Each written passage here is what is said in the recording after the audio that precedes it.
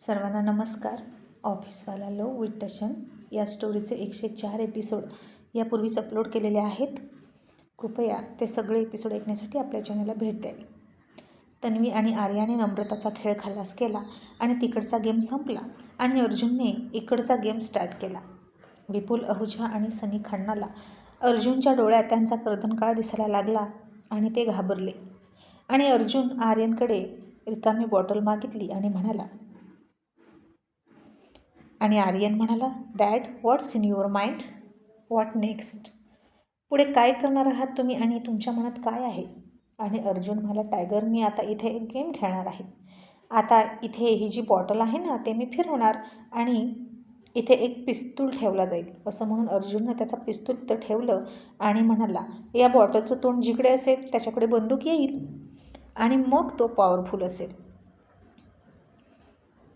त्याचं काय आहे ना, निशस्त्र व्यक्तींवर हल्ला करणं मला पसंत नाही आणि ते माझ्या स्टेटसला शोभत नाही. समोरच्याला त्याचा डिफेन्स करण्याचा पुरेपूर चान्स मिळाला पाहिजे. असं म्हणून अर्जुननं बॉटल फिरवली आणि नेमकं त्या बॉटलचं तोंड अर्जुनकडेच आलं. आणि अर्जुन हसून म्हणाला, oh my God, Sunny and mister Ahuja, आज तुमचं लक बॅड आहे. गन माझ्याकडे येणार. असं म्हणून अर्जुन ती गन उचलणार इतक्यात अर्जुनच्या आधीच सनीनं ती गन उचलली आणि अर्जुनवर रोखली आणि म्हणाला, आर यू सिली मॅन? तू मूर्ख आहेस का अर्जुन देसाई? तू स्वतःच इथे गन ठेवली आणि तुला काय वाटलं, मी तुझा गेम बघत बसेन का? आणि अर्जुन देसाई, आता तू तुझ्या शेवटच्या घटका मोज. तसं तर स्वीटीच्या पोटातल्या बाळानंतर मी तुला ढगात पाठवणार होतो, पण असू दे. तसंही आता तुझी आणि त्याची अशी ही भेट होणार नाहीच, कारण आता त्याच्या आधी तू जाशील ढगात. आणि आर्यन देसाई, तू सुद्धा तुझ्या बापासोबत शेवटच्या घटका मोज. तुझा तर राग मला फार पूर्वीपासून येतो. प्रत्येक गोष्टीत तो माझ्या पुढे असायचा. कॉलेजमधल्या मुली तुझ्याच मागे लागायच्या. मी तेव्हापासून तुझा हेट करतो आणि तुम्हा दोघांना एकमेकांचा पितापुत्र म्हणून खूप गर्व आहे ना. प्रत्येक गोष्टीत तू जिंकायचा आणि प्रत्येक गोष्टीत माझ्या पुढे यायचा. मग आताही तसंच तू माझ्या आधी माझ्या पुढे स्वर्गात जा. असं सनी म्हणाला आणि हसत होता. आणि अहुजा म्हणाला, वेल्डन सनी बेटा, वेल्डन. अशी बाजी आपल्या हातात घेता आली पाहिजे. पटकन या दोघा पितापुत्रांचा गेम ओव्हर कर आणि हा किस्सा इथेच संपवून टाक. खूप वर्षे झालं मी याच तर क्षणाची वाट बघत होतो की केव्हा माझ्या हातात पिस्तूल असेल, सगळी बाजी माझ्या हातात असेल आणि माझ्यासमोर हा अर्जुन निशस्त्र उभा असेल.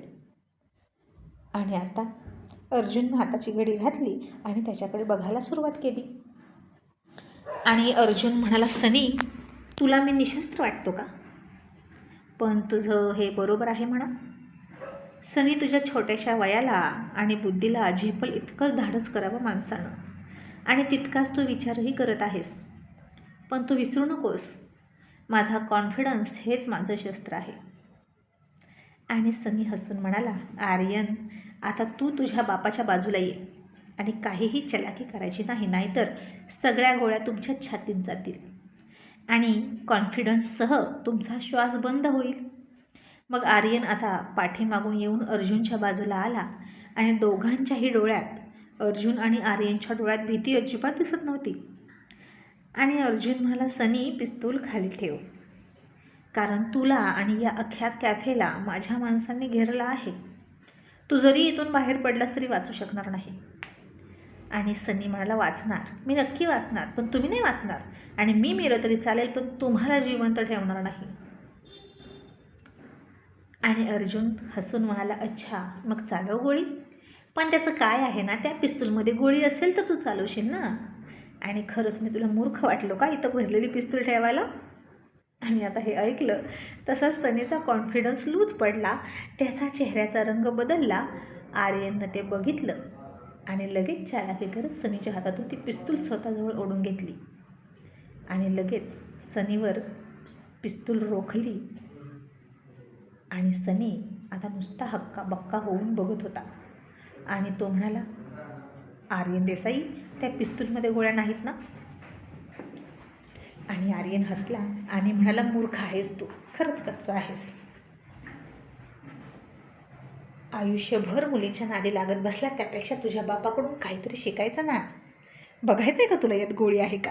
असं म्हणून आर्यननं सनीच्या समोरची दारूची बाटली एक गोळी झाडून उडवली आणि सनी घाबरला. आणि आता अर्जुन हसला आणि म्हणाला, मला ना खूप हसायला येतं आहे. तुम्ही दोघे ना खरं तर माझ्या एका चुटकी वाजवून तुमचा जीव जाईल असे आहात.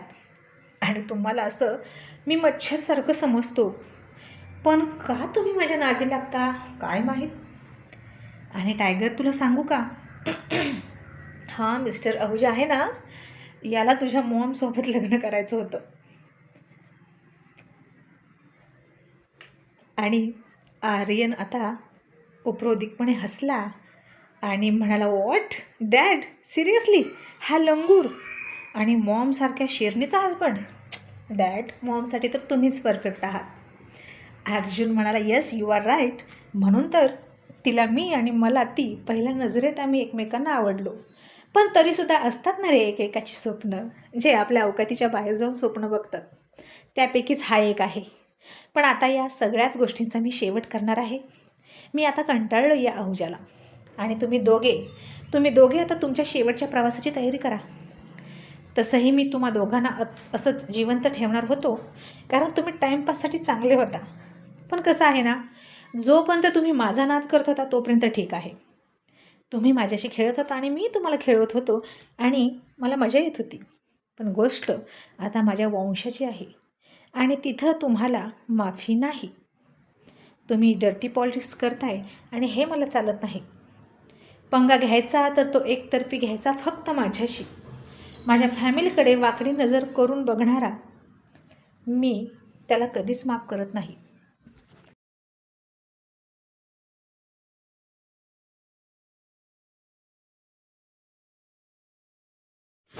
आणि माणूस स्वतःसाठी कधीच घाबरत नाही, फक्त त्याच्या फॅमिलीसाठी नक्कीच घाबरतो.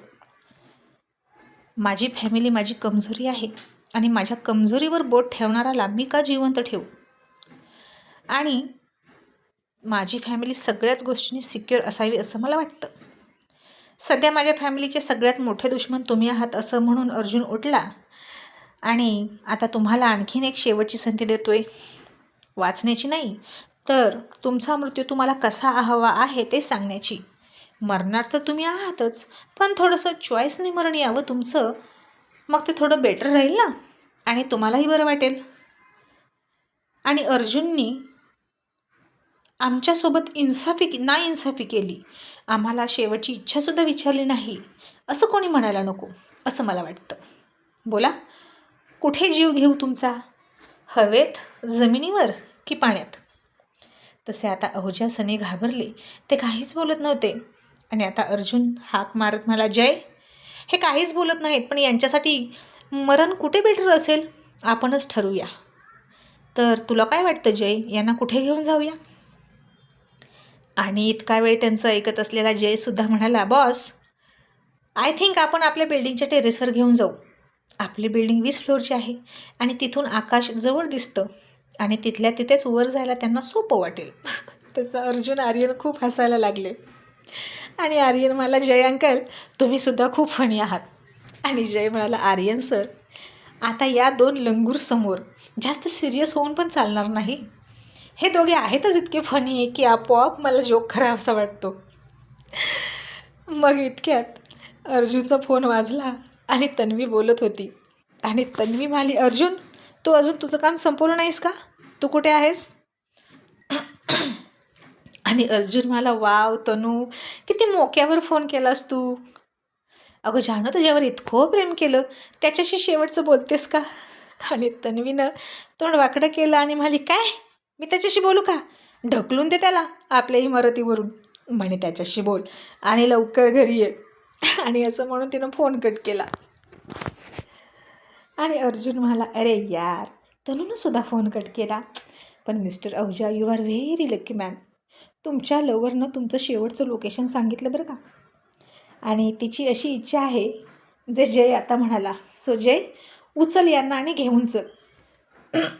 मग जयने त्यांचे हात बांधले, डोक्यामध्ये काळं कापडची पिशवी घातली आणि विपुल आहुजा आणि सनी खन्ना फडफड करायला लागले. काही वेळाच्या प्रवासानंतर जेव्हा त्यांचे डोळे उघडले तेव्हा त्यांनी आजूबाजूला बघितलं तर अख्खी मुंबई तिथून दिसत होती. थंड वारा सुटला होता आणि ती 20 मजली उंच इमारतीच्या टेरेसवर होते. आपण इथे कसे आलो, कुठून आलो हे त्यांना कळलं पण नाही. आणि जास्त वेळ न घालवता अर्जुनने स्वतः एक पिस्तूल घेतला. आर्यनच्या हातात सुद्धा एक पिस्तूल दिला आणि म्हणाला, टायगर, जो तुझा गुन्हेगार आहे त्याला तू संपव आणि जो माझा गुन्हेगार आहे त्याला मी संपवणार. आणि ही दुश्मनी इथेच संपली.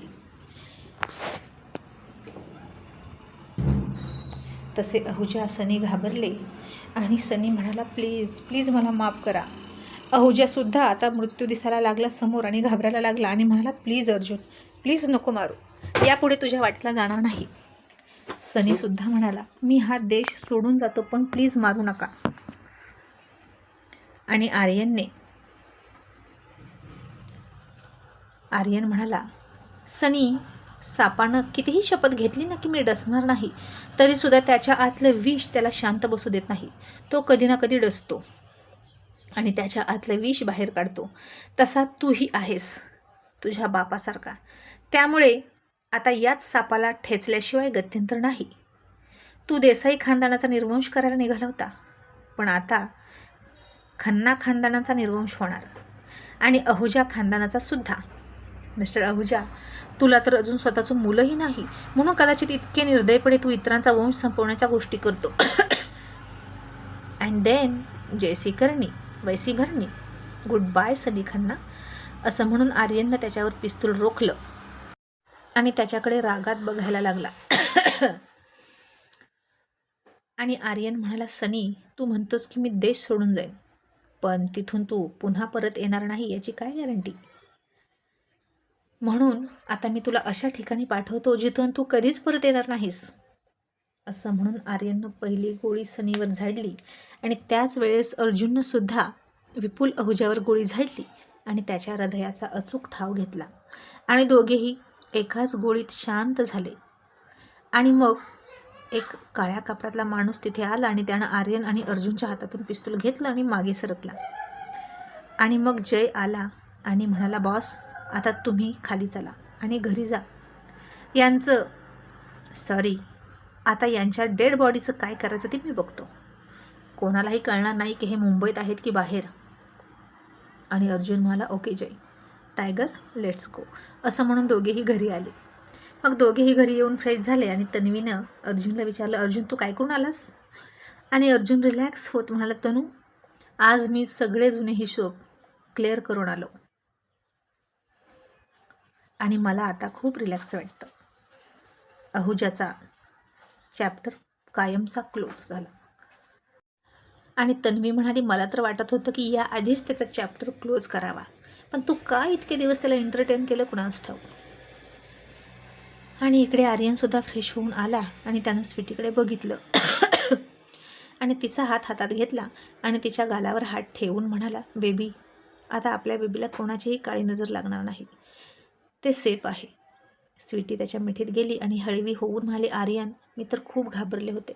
नम्रताविषयी जेव्हा कळलं तेव्हा मला खूप मोठा धक्का बसला होता. तेव्हापासून मी सुद्धा सावध राहत होते आणि तिने हाच नाही तर आणखीन बरेच प्रयत्न केले असतील ना रे आपल्या बेबीला मारण्याचे. तिनं जर ते नसतं केलं तर कदाचित मला तिच्यावर दया आली असती, पण तिनं चक्क छोट्या बाळाचा जीव घेण्याचा प्रयत्न केला. मग तिलासुद्धा या जगात राहण्याचा काहीच हक्क नाही. आणि आर्यन मला, यस, त्या सगळ्यांना योग्य ती शिक्षा मिळाली आणि आता तू सगळं विसरून जायचं. ही नम्रता, तो सनी, सगळं विसरायचं आणि फक्त हॅपी राहायचं. तरीही स्वीटीचा मूड ऑफ होता आणि आर्यन म्हणाला, आपण पिकनिकला जाऊया का, लोणावळ्याला? तिथं तू मला टेरेसवर लाईफमधला पहिला किस दिला होता, आठवतं? आणि स्वीटी थोडीशी लाजली आणि त्यावेळची तिची ती सगळी घालमेल तिला आठवली आणि म्हणाली, हो आर्यन, आपण सगळे जाऊया तिथं पिकनिकला. आणि आर्यन म्हणाला, ओके बेबी, उद्या बोलतो मॉम आणि डॅडसोबत. मग सकाळी उठून डायनिंग टेबलवर काहीच घडलं नाही असं दाखवत अर्जुन बसला होता आणि त्याची तर आता ही रोजची कामं होती. दुश्मनांसोबत पंगा घेणं आणि त्यांना निपटवणं. आणि आर्यनसुद्धा तसाच रिलॅक्स होऊन आला आणि तन्वी त्याच्याकडे बघून अर्जुनला खुणवत म्हणाली, अर्जुन शिकला बरं का तुझा टायगर रिलॅक्स राहायला. मला तर वाटलं होतं हे मोठं काम करून आल्यानंतर निराश राहतोय की काय. आता अर्जुन फक्त हसला आणि आर्यन म्हणाला, मॉम जेव्हा पाप संपवतो ना तेव्हा आपण नाराज व्हायचं नसतं. आणि तुझी डॉटर इन लॉ नाराज आहे मात्र. मॉम आपण सगळ्यांनी लोणावळ्याला जायचं का तिचा मूड ठीक होण्यासाठी. आणि तन्वी म्हणाली, नाईस आयडिया. अर्जुन म्हणाला, बट तनू सगळ्यांच्या डेट फिक्स होईपर्यंत वेळ जाईल. तिला आता गरज आहे तिथं जाण्याची. मी काय म्हणतो तू जा त्यांच्यासोबत, मी नाही येत. तन्वी म्हणाली, अरे पण विचारू तरी ते सगळ्यांना, येतील तितके येतील. आणि मग तिनं त्यांच्या फॅमिली फ्रेंडच्या ग्रुपवर मेसेज टाकला, लोणावळ्याला पिकनिकला या दिवशी कोण कोण येणार. आणि आता अतुल, अर्जुन, विवेक, कुणाल, आर्या आणि इंद्रासुद्धा ही सगळी बिझनेसमधले गुंतलेली मंडळी सोडता बाकी सगळ्यांचे हातभर, चक्क आरवसुद्धा. आणि तन्वी हसून म्हणाली, ओके आमची पार्टी तर जमली, आम्ही निघालो. आणि अर्जुन म्हणाला, ओके आम्हाला वेळ मिळाला तर आम्ही जॉईन करतो एखादी नाईट. पण टायगर तू कसं जाशील, तू पण बिझनेस करतोस. तसं स्वीटनं तोंड लटकवलं. आणि तन्वी म्हणाली, अर्जुन तिकडे बघ ना. अरे तिकडे जाऊन एका माणसाचा काय फायदा मग. तिथूनच तर सुरुवात झाली होती चोरून चोरून भेटण्याची. आणि तो रंगलेला टेरेस रोमॅन्स ते तर काही विचारूच नको. आता तिथे जाऊन बहुतेक जुन्या आठवणी ताज्या होतील. हो ना स्वीटी. आणि स्वीटी आता लाजून गेली.